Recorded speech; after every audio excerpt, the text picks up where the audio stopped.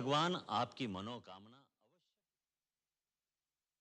खामोशियों की है जुबां, चल दे तू चल दे कारवां, वो है जहां, लगती है जैसे आसमां, वो है यही वो रोशनी,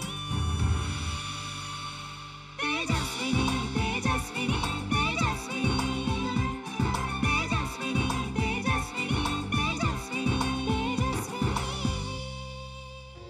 हमारे महाकाव्यों में शायद ही कोई ऐसा महाकाव्य हो जैसा कि रामायण, जिसने करोड़ों लोगों की जन चेतना को इस कदर प्रभावित किया हो कि जब अयोध्या में श्री राम की रामलला की प्राण प्रतिष्ठा हो रही है, उस वक्त पर ना केवल अयोध्या, ना केवल भारत, बल्कि संपूर्ण विश्व में जो राम भक्त हैं वो सभी उल्लासित हैं। ऐसे में बहुत से ऐसे लोग भी हैं जिनके मन में बहुत से सवाल हैं इस बात को लेकर कि रामायण की जो कथाएं दी गई हैं, जो कैरेक्टर्स उनमें सामने लाए गए हैं, चाहे भगवान श्री राम की बात करें, सीता की बात करें, तमाम घटनाओं की बात करें, हम आप सबके जहन में ऐसे अनगिनत सवाल कौंधते हैं जिनके जवाब हमें शायद सही तरीके से नहीं मिल पाते हैं। हम सब बचपन से इन कहानियों को पढ़कर सुनकर ही बड़े हुए हैं जो श्री राम से उनकी जीवन गाथा से जुड़ी हैं, लेकिन बहुत से इनसे जुड़े ऐसे तथ्य भी हैं जो हमारे सामने आए ही नहीं हैं। तो सही पर्सपेक्टिव में चीजों को समझने के लिए ही आज तेजस्विनी के मंच पर हम लेकर आए हैं एक ऐसी लेखिका को जिन्होंने महाभारत, रामायण के साथ साथ तमाम ऐसे जो महाकाव्य है उनका गहराई से अध्ययन किया और जो मूल स्वरूप है उनका, उसको देखते हुए सही परिप्रेक्ष्य में तथ्यों को सामने रखा है। आप बहुत मशहूर लेखिका हैं, खासतौर पर जब हम बात करते हैं हमारे महाकाव्यों को लेकर और इनसे जुड़ी कहानियों को लेकर। आज की हमारी तेजस्विनी है जानी मानी लेखिका अमी गणात्रा। आधुनिकता के साथ विरासत को जोड़कर, तकनीकी शिक्षा के साथ साथ महाकाव्यों को आत्मसात कर, आईआईएम अहमदाबाद से प्रबंधन की शिक्षा हासिल कर, देश विदेश में वर्षों काम कर, संस्कृत सीख, महर्षि वेदव्यास तथा महर्षि वाल्मीकि द्वारा लिखित ग्रंथों का अध्ययन कर तथ्य परख लेखन का किया फैसला। पुस्तकें महाभारता अनरेवल्ड, रामायणा अनरेवल्ड बनी बेस्ट सेलर्स। युवाओं के बीच जाकर ग्रंथों भगवत गीता को लेकर देती हैं व्याख्यान, भ्रांतियां करती हैं दूर, देती हैं सवालों के जवाब। अपने देश की संस्कृति और विरासत से गौरवान्वित महाकाव्यों के संदेश को जन जन तक पहुंचा रही अमी गणात्रा हैं हमारी तेजस्विनी। तो ये करते हैं मुलाकात अमी गणात्रा से। अमी, बहुत बहुत स्वागत तेजस्विनी में। जब हम बात रामायण की करते हैं, जब हम बात श्री राम की करते हैं, तो इतने सारे किताबें हैं, इतने सारे लेखक हैं जिन्होंने अपने अपने नैरेटिव से किताबों को लिखा है कि राम के चरित्र को अपने एंगल से लिखा है। इसीलिए मेरा पहला सवाल कि जब अमी गणात्रा ने रामायण अनरेवल्ड लिखी तो कितना उसमें अमी का पुट था और कितना महर्षि वाल्मीकि का पुट था? जब लोग अपनी दृष्टि से देखते हैं तो अगर दो लोगों के भिन्न मत हैं तो हम श्री राम को कैसे समझें? और मेरे यही प्रश्न थे जो आप कह रहे हैं कि हम सबके प्रश्न होते हैं, मेरे वही प्रश्न थे और मैं चाह रही थी कि मुझे उन प्रश्नों का उत्तर मिले।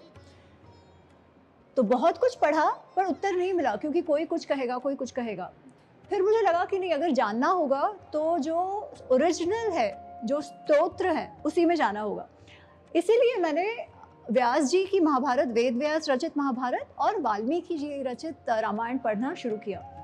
और मैं बिल्कुल भी झूठ नहीं कह रही, जब मैंने वाल्मीकि रामायण पढ़ा या और वेद व्यास जी वाला महाभारत पढ़ा तो मेरे जितने प्रश्न थे ना, उसका उत्तर मुझे मिल गया। तो जब रामायण अनरावेल्ड या महाभारत अनरावेल्ड लिखी, तब मैं ये चाह रही थी कि मैं मेरा नैरेटिव ना दूं, मेरा ओपिनियन, मेरा मत ना दूं, परंतु जैसे वाल्मीकि जी ने कहा है, जैसे उन्होंने श्री राम का व्यक्तित्व दर्शाया है, जैसे उन्होंने उनके जीवन के जो कई प्रसंग हैं उनको वर्णिया है, उनको मैं दर्शकों के सामने, जो पुस्तकें पढ़ेंगे उनके सामने लाऊं, ये मेरा उद्देश्य रहा है। तो मेरी आशा है कि मैंने जो लिखा है उसमें वाल्मीकि जी का ही दर्शन अधिक हो, ना कि मेरा। ये मेरा प्रयत्न तो अवश्य रहा है जी। लेकिन जब हम कहते हैं कि आपने वही लिखा है जो वाल्मीकि जी ने लिखा था, तो क्या ये एक इंटरप्रिटेशन मानी जानी चाहिए? इंटरप्रिटेशन देखिए ऐसा है ना कि हम जब लिखते हैं तो कहीं ना कहीं हमारे बायसेस तो आएंगे ही आएंगे। वो ऐसा तो मैं कह नहीं सकती कि नहीं नहीं मेरा तो बिल्कुल एकदम 100% वही है, ये मैं नहीं कह सकती। परंतु मैं ये कह सकती हूँ कि मैंने कॉन्शियसली ये प्रयास किया है कि मेरे बायसेस कम से कम रखूं। इस तरीके से लिखा है कि उस व्यक्तित्व जो व्यक्तित्व है वो वाल्मीकि जी क्या कह रहे हैं उस प्रकार निखर कर आए। तो ये प्रयत्न रहा है। प्रयत्न आपका सही है, लेकिन हम अमूमन देखते हैं कि बहुत सारे सवाल हमारे जहन में होते ही हैं रामायण को लेकर, अलग अलग कैरेक्टर्स को लेकर भी ना। तो सबसे पहले हमें कुछ ऐसे प्रसंग बताएंगे, कुछ ऐसी भ्रांतियाँ, कुछ ऐसे प्रसंग जिससे आपको लगा कि जो नैरेटिव चल रहा है वो गलत है, उल्टा होना चाहिए, इससे बिल्कुल अलग है। तो कुछ ऐसे अनछुए पहलू रामायण के जिनसे हम आप दर्शक कम जिन्हें जानते हैं। तो ऐसी कुछ कुछ भ्रांतियां हैं जो कदाचित गलत नहीं है, पर और रामायणों में उनका उल्लेख आता है। जो वाल्मीकि रामायण में वो प्रसंग कुछ अलग सा है। जैसे हम माता अहल्या की कथा जानते हैं, हम सभी ने पढ़ा है कि माता अहल्या जो है और उनके साथ इंद्र ने छल करा और फिर गौतम ऋषि उनके जो पतिदेव हैं उन्होंने माता अहल्या को श्राप दे दिया कि तुम पत्थर बन जाओगी। आपको पता है ये प्रसंग जो है ये वाल्मीकि रामायण में एकदम भिन्न है। वाल्मीकि रामायण के अनुसार अहल्या माँ को पता है कि ये इंद्र है। उसमें लिखा है वाल्मीकि जी ने कि सहस्त्राक्षम विघ्नाय, जानते हुए कि ये सहस्त्राक्ष है, ये इंद्र है, मति चकार दुर्मेधे देवराज कुतूहलात्। वो कहते हैं कि उस समय ये जानते हुए कि ये देवराज है, अहल्या माँ को भी उत्सुकता हुई, कुतूहल आ गया और उन्होंने हाँ कर दी। उसके पश्चात वो अहल्या माँ को पत्थर बनने का कोई श्राप नहीं देते। वो कहते हैं कि निराहारा, तुम बिना खाए इस कुटिया में तुम रहो और तपस्या करो। कब तक तपस्या करो? जब श्री राम आएंगे तब मैं मानूंगा कि तुम्हारी तपस्या सफल हुई और मैं वापस आ जाऊंगा। तो जब विश्वामित्र जी श्री राम को लेकर जा रहे हैं मिथिला, तो वो अहल्या माँ के आश्रम के पास से पसार होते हैं और उस समय वो पूछते हैं कि यहाँ कौन है, ये इतना निर्जन सा क्यों है। तब विश्वामित्र जी उनको कहते हैं अहल्या माँ की कथा, ये कथा सुनाते हैं और वो उनको कहते हैं कि ये जो अहल्या है वो देव रूपिणी है, तेजस्विनी है, यशस्विनी है। हम तो ये समझते हैं ना कि श्री राम ने उस पत्थर को छुआ अपने पैरों से। यहाँ पर ऐसा है कि तौ तस्याहा पादौ जग्रहतु, वो उसके पैर पकड़ते हैं। क्यों? क्योंकि वो छोटे हैं और ये देव रूपिणी हो गई है। हम लक्ष्मण रेखा की बात करते हैं। वाल्मीकि रामायण में ऐसी कोई लक्ष्मण की रेखा है ही नहीं। परंतु एक रेखा टूटती जरूर है। आपको पता है होता क्या है? इनफैक्ट थोड़ा बहुत तो हम सब जानते ही हैं कि जब श्री राम मारीच को, वो जो राक्षस, वो जो मृग वेश में मारीच है, उसे पकड़ने गए हैं, तब मारीच आवाज करता है कि हे सीता, हे लक्ष्मण, मुझे बचाओ। तो पहले लक्ष्मण नहीं जा रहे। उस समय सीता माँ श्री राम के लिए चिंतित हो जाती है और कुछ ऐसे शब्द कहती है जो कदाचित उन्होंने नहीं कहना चाहिए था। उस समय लक्ष्मण की फिर सहनशीलता टूट जाती है और वो कहता है, ये वन देवता आपकी रक्षा करे, आपके जो शब्द है वो मेरे कानों में, वो लोहा होता है ना, पिघला हुआ, गरम बिखला हुआ लोहा, उस प्रकार मेरे कानों में चुभ रहा है। अब मैं और नहीं सुन सकता, मैं जाता हूँ, वन देवता आपकी रक्षा करे। और वो चला जाते और लक्ष्मण चले जाते हैं। तो लक्ष्मण रेखा नहीं है, पर लक्ष्मण जी की सहनशीलता की रेखा अवश्य टूटी है। अच्छा, और मेरे को लगता है कि एक आम जन को शायद चीज़ों को सरल तरीके से समझाने के लिए नैरेटिव्स को थोड़ा बहुत मोड़ा गया ताकि वो इस तरीके से सामने। मेटाफोरिकल रेखा है, वो हम कहते हैं ना, मेटाफोरिकल रेखा है। एक्चुअल रेखा जो हम देखते हैं टीवी में कि ऐसे रेखा है, वैसा नहीं है। वैसा नहीं है। अच्छा, आपने जब रामायण को पढ़ा तो रामायण में कोई ऐसे कैरेक्टर जो आपको लगा कि ये सबसे भिन्न कैरेक्टर था और हम लोग उसे बिल्कुल अलग तरीके से सोचते हैं? क्या कोई ऐसा कैरेक्टर लगा आपको जो बहुत मिसअंडरस्टूड है, जिसको समझा नहीं गया है सही परिप्रेक्ष्य में? मैं कहूँगी ऐसे 2-3 हैं, अच्छे और बुरे। एक तो सीता माँ। जनरली लोग समझते हैं कि सीता माँ एक अबला नारी थी परंतु वाल्मीकि रामायण की सीता माँ जो है वो बिल्कुल भी अबला नारी नहीं है। वो स्वयं के निर्णय स्वयं लेती हैं, वो स्वयं के मन के विचार बिना डरे प्रस्तुत भी करती हैं। वशिष्ठ ऋषि जब वो वनवास जा रहे होते हैं तो वो ये कहते हैं कि सीता क्यों वनवास जाएगी, सीता यहीं रहेगी और अयोध्या पर शासन करेगी राम के नाम पर, राम जब वापस आएंगे तब वो फिर राजा बनेंगे। पर तब तक क्योंकि ये एक जो भार्या है, एक जो पत्नी होती है, वो पति की आत्मा स्वरूप होती है। ये सीता भी श्री राम की आत्मा है और वो यहाँ शासन करेगी। अब वो तभी कह सकते हैं ना जब वो जानते हो कि वो स्त्री जो है किस काबिल है, उनका सामर्थ्य क्या है, और उनका सामर्थ्य, उनकी शक्ति, उनकी मन शक्ति और जो जिस प्रकार उनका वार्तालाप भी है वो बिल्कुल भी किसी अबला नारी का नहीं है, एक स्वतंत्र विचारों वाली सशक्त नारी का है। तो वो एक है। दूसरा लक्ष्मण जी का प्रसंग वाल्मीकि रामायण में इतना सुंदर है कि पूछिए मत। जो उनको एक माना जाता है ना कि एंग्री यंग मैन, ऐसे वो नहीं है। जब सीता माँ को रावण उठा के ले जाते हैं, क्योंकि श्री राम तो टूट चुके थे, वो बहुत ही उदास हो गए थे, गुस्सा हो जाते थे।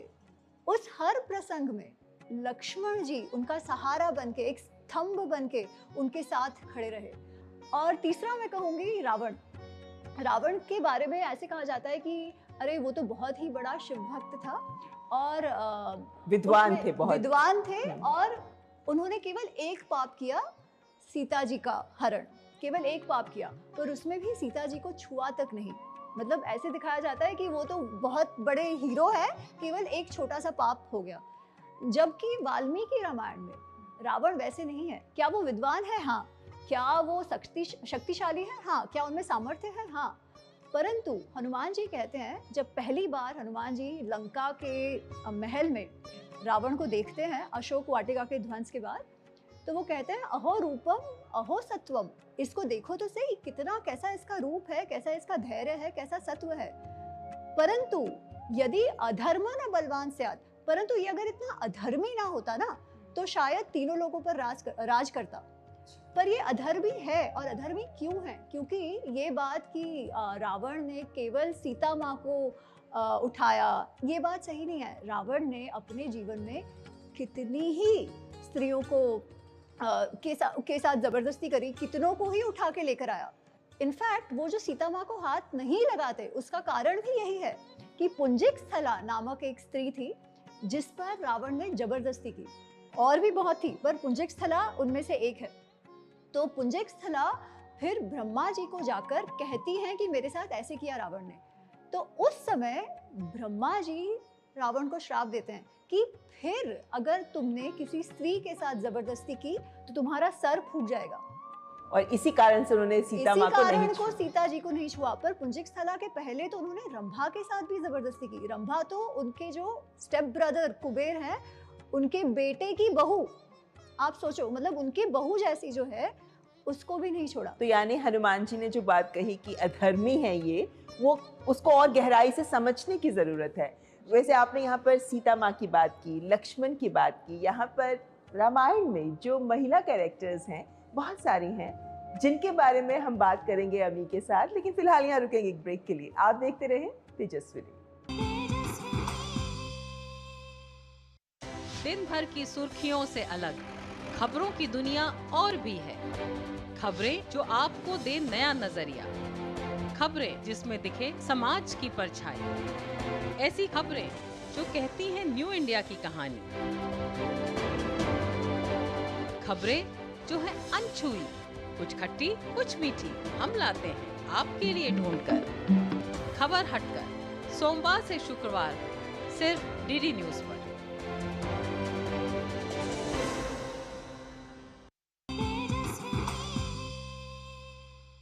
ब्रेक के बाद आपका स्वागत। आप देख रहे हैं तेजस्विनी, जिसमें आज हमारे साथ हैं रामायणा अनरेवल्ड, इस पुस्तक की लेखिका अमी गणात्रा।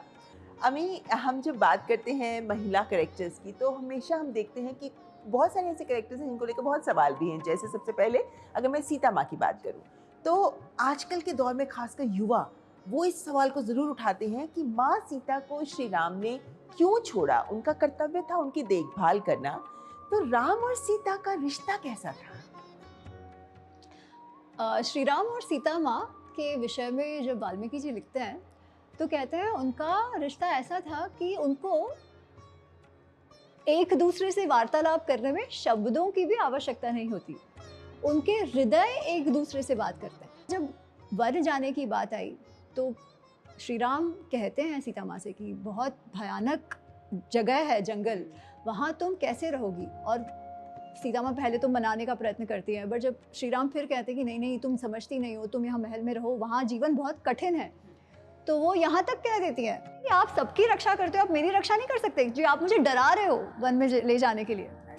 और श्री राम कहते हैं कि उसे एक तो वो पहले हंसते हैं, उनका आलिंगन करते हैं क्योंकि सीता माँ रोने लगती हैं, और वो कहते हैं नहीं ऐसा नहीं है कि मैं तुम्हारी रक्षा नहीं कर सकता, परंतु वो कहते हैं तव अभिप्रायम अविज्ञाय वासम न रोचय अरण्य, जब तक मैं तुम्हारा अभिप्राय नहीं जान लेता वनवास में तुम पर थोप नहीं सकता था, पर अब जब तुम मेरे साथ चलना चाहती हो तो विश्व की कोई शक्ति मुझे रोक नहीं सकती तुम्हें मेरे साथ ले जाने से। अनुगच्छस्व, वो कहते हैं मेरे साथ चलो, मेरे साथ साथ चलो, सहधर्मचरी भव, तुम मेरी सहधर्मचारिणी बनो, ये कहते हैं श्री राम। एक सवाल जो अमूमन सबके जहन में आता ही है कि अगर राम सीता से इतना प्रेम करते थे तो फिर सिर्फ एक धोबी के कहने पर क्यों माँ सीता को छोड़ दिया? तो वाल्मीकि रामायण में ये प्रसंग जो है ये ऐसे नहीं आता है। एक तो पहली बात, ये प्रसंग उत्तरकांड का है, तो कई लोग कहते हैं कि उत्तरकांड तो प्रक्षिप्त है, वाल्मीकि रामायण का भाग ही नहीं है।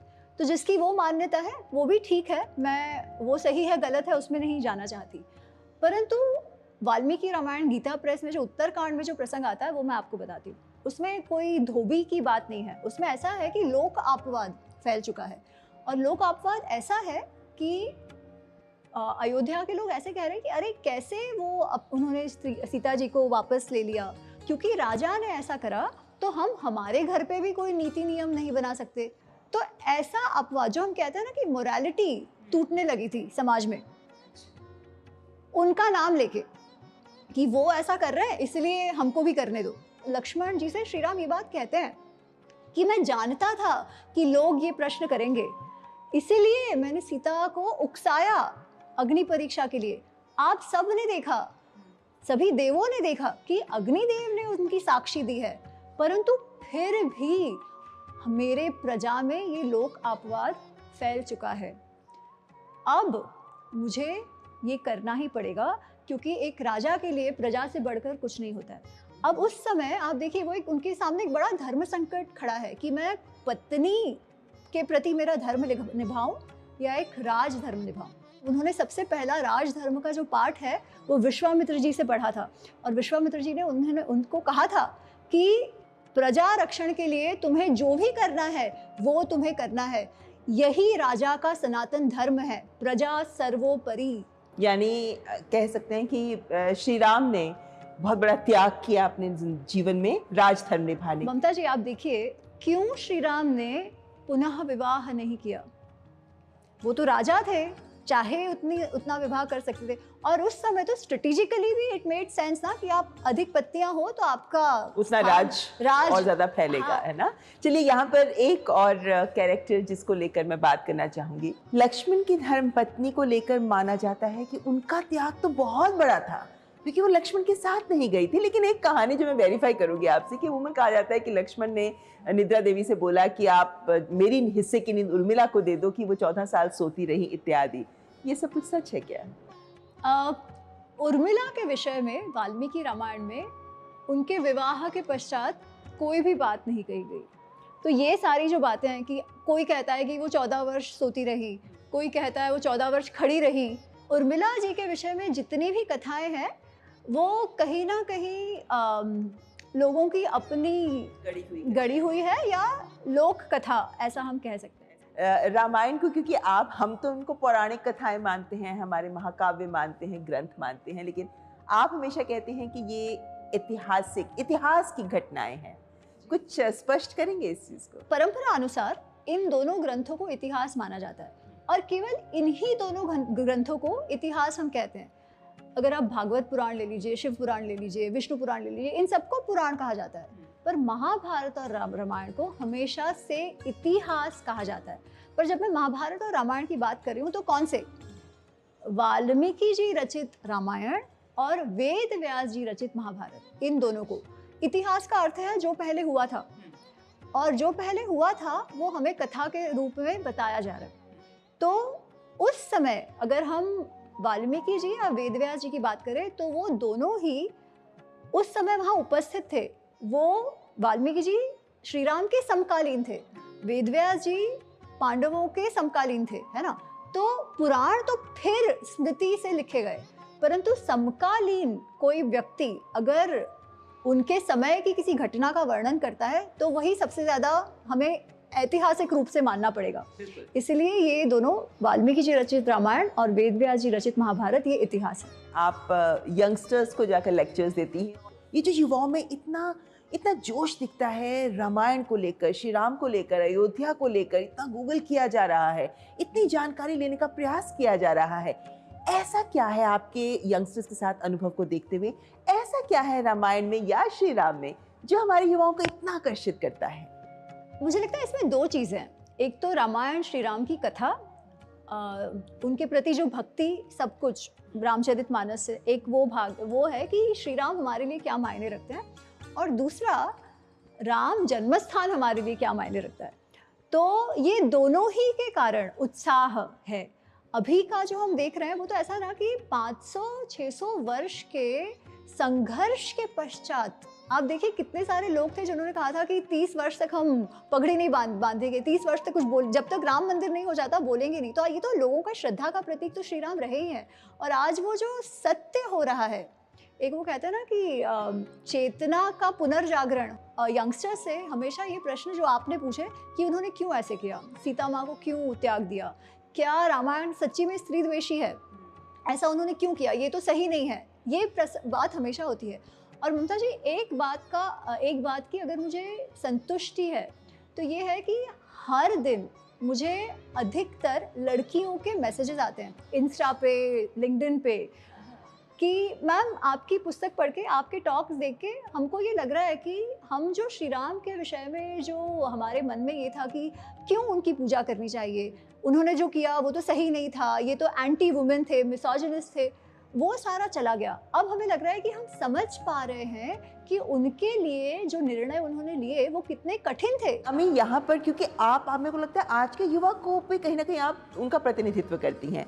IIM अहमदाबाद से आपने मैनेजमेंट किया, आपने 15 साल विदेशों में जाकर नौकरी की, बिजनेस या स्ट्रैटेजिक कंसल्टेंट के तौर पर आपने काम किया, फिर आप देश वापस आ गई, संस्कृत सीखी आपने, मतलब आप योग भी करती हैं, आप संस्कृत भी जानती हैं, मतलब वो जो बात की जाती है ना विकास और विरासत, उसका एक उदाहरण आप प्रस्तुत करती हैं आज अभी। लेकिन क्या आपने संस्कृत हमारे महाकाव्यों को पढ़ने के लिए ही सीखी? ममता जी ऐसा था कि मेरे स्वयं के बहुत प्रश्न थे और मुझे उसके उत्तर नहीं मिल रहे थे। तो ये था कि अगर मुझे उत्तर चाहिए होंगे तो मुझे ग्रंथों को पढ़ना पड़ेगा। अब ग्रंथों को पढ़ना है तो थोड़ी बहुत संस्कृत तो सीखनी ही पड़ेगी। मैं केवल और केवल अनुवाद पर अपना कोई मंतव्य देके बोल या लिख नहीं सकती, या मुझे उत्तर नहीं मिलेंगे। पढ़ना एक बात है, लेकिन पढ़ के किताब लिखना ये दूसरी बात है। तो आपको ये लिखना भी चाहिए, ये प्रेरणा कहाँ से मिली? क्यों सोचा कि मैं महाभारत पर, मतलब इतना कॉम्प्लेक्स है ये ग्रंथ, महाभारत और रामायण पर मैं लिखूं? मैं जब ये कहती हूँ ना ममता जी कि मैं निमित्त बनी हूँ, निमित्त मात्र, वो मैं कोई ह्यूमिलिटी के लिए नहीं कहती, ये सच्ची में ऐसा है, क्योंकि ऐसा कोई कुछ भी सोच के विचार के नहीं किया था, ऐसी कोई स्ट्रैटेजी नहीं थी। ब्लॉगिंग, मैं ट्रैवल ब्लॉगिंग बहुत करती थी। मेरे मित्र हैं प्रवीण तिवारी जो पब्लिशर हैं, उन्होंने मेरे ब्लॉग्स पढ़े और वो फेसबुक पोस्ट वगैरह पढ़ते थे। वो बोलते हैं कि तुम जानती हो तो पुस्तक क्यों नहीं लिखती? मैंने कहा मैं पुस्तक कहाँ से लिख दूँ, मतलब एक पोस्ट लिखना अलग बात है, पुस्तक लिखना ऐसा तो नहीं हो, नॉर्मल लिख दूँ, पढ़ेगा कौन? वो बोले नहीं तुम लिखोगी। तो ये उनकी प्रेरणा है, श्री राम की प्रेरणा है कि ये हो पाया, इसमें मेरा कुछ भी नहीं है कुछ भी मेरा नहीं है, ये बस चलाते जा रहे हैं भगवान, हम चल रहे हैं बस। आपने महाभारत पढ़ी, आपने रामायण पढ़ी, लेकिन रामायण से जाहिर है कि आपने अपने लिए भी तो बहुत कुछ सीखा होगा ना। तो आपके तरीके से अगर हम समझना चाहें तो क्या सबसे बड़ा सबक जो आपको लगता है कि सीख कहना चाहिए, जो आपको लगता है कि रामायण से मिली है? एक्चुअली मैं ये जनरलाइज कर सकती हूँ दोनों ही महाभारत और रामायण के लिए।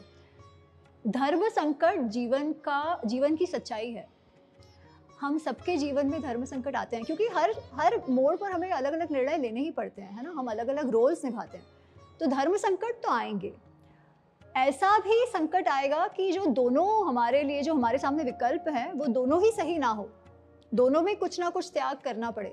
पर फिर भी जब आप एक लीडर की पोजीशन पे हो, आप निर्णय लेने से भाग नहीं सकते, आपको निर्णय लेने ही पड़ेंगे और उन निर्णयों का जो रेपरकशंस आएगा वो भी आपको भुगतना ही पड़ेगा। फिर भी आप भाग नहीं सकते, यही जीवन है। तो आप निर्णय कैसे ले? क्या हम श्री राम श्री कृष्ण के तरह निर्णय ले?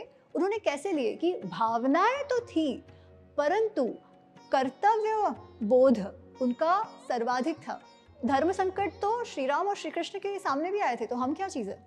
अगर निर्णय सही से लेना है तो उनके जैसा बनने का प्रयत्न तो करे, उनके गुण से, उनके जीवन से उनके गुणों को तो सीख पाए, प्रयत्न तो करे। इसीलिए तो वो अवतार लेके पुरुष अवतार में, मानव अवतार में आए ना, ताकि हम उनके जैसा बनने का प्रयास तो करें जी।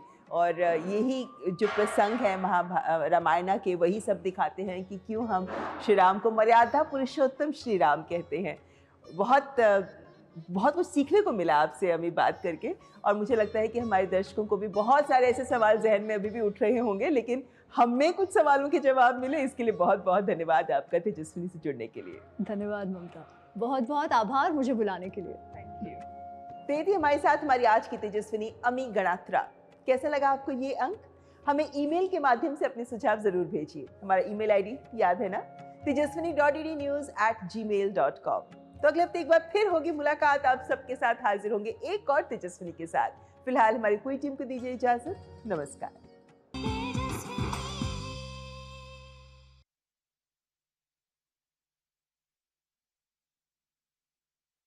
सूर्य भगवान आपकी मनोकामना अवश्य पूरी करेंगे। ऋष्यशृंग मुनि के द्वार पर राजा दशरथ नहीं, भिक्षुक दशरथ नंगे पांव